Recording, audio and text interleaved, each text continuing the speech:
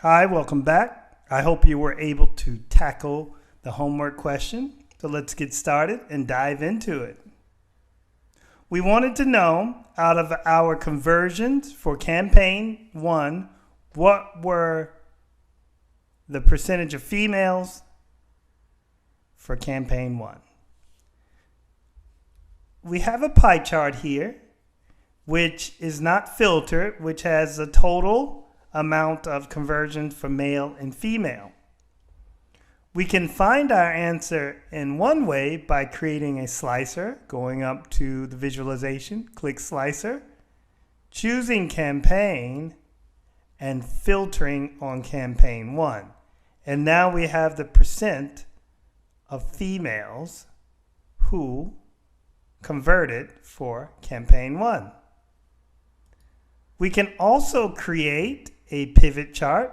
So go to the visualization, choose pivot chart or matrix,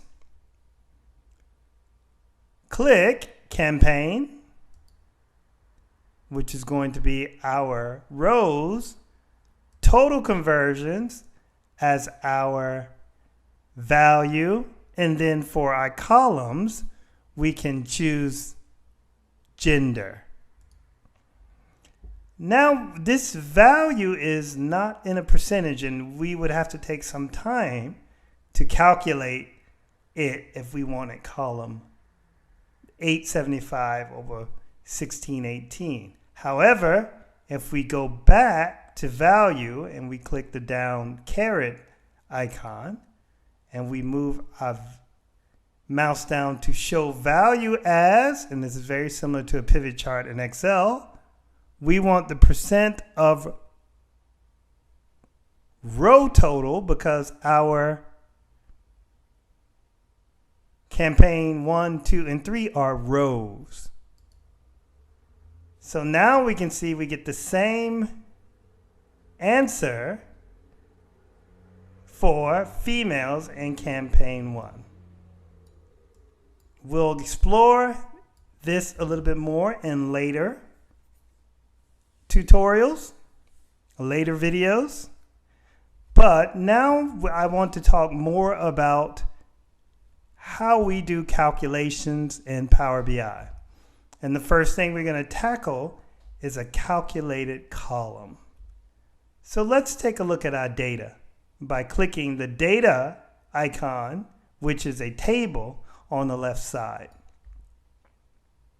We know that we have total conversions, and we can see those total conversions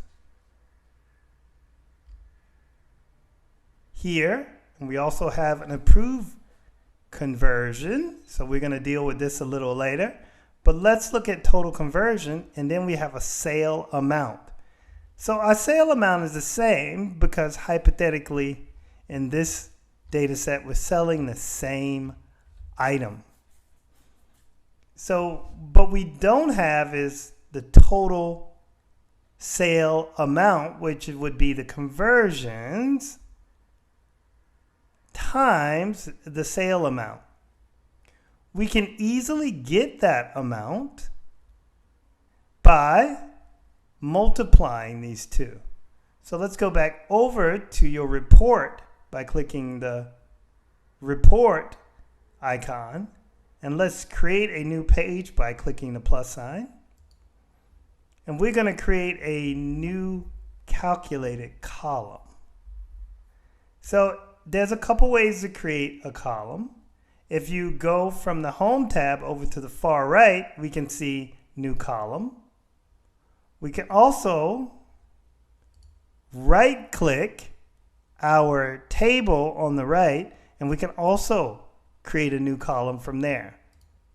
Let's create a new column from the Home ribbon by clicking New Column. It's going to open up a formula bar. And we can see from the formula bar that we have equals, very similar to what you would see in Excel. So first, let's name our new column. So we change that to our name. We're going to call it total sales.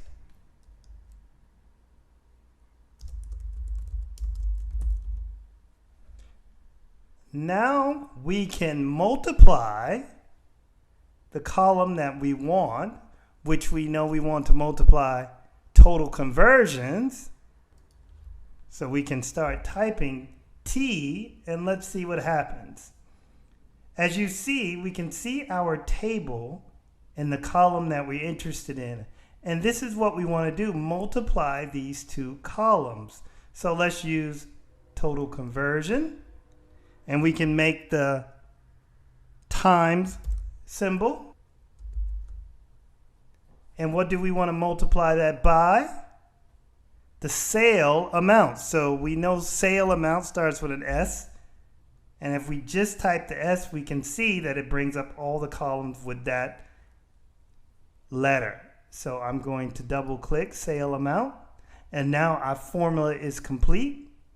So I'm going to click the commit icon, which is a check mark. And you will see this new column populated in your fields menu.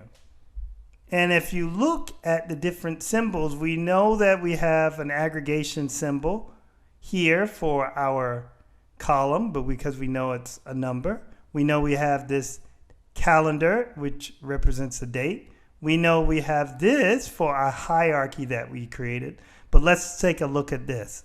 It's a table with a highlighted column. This is the icon for a calculated column. So we would like to see that and see what our total sales were over time. So I'm going to create a visual using date as my axis and total sales as my value.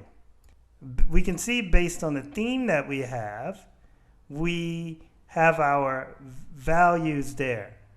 I'm going to go back by clicking the theme to the default theme, and I'm going to choose, instead of a bar chart, a line chart. And we can see our sales peaked in 2016, but I can also drill down into our hierarchy by expanding to a new level. And then we can see our sales per quarter, per month, and even per day. I'm going to expand this out a bit and go up one level. So there is our total sales from a calculated column. Now, of course, I would like this to be in dollars.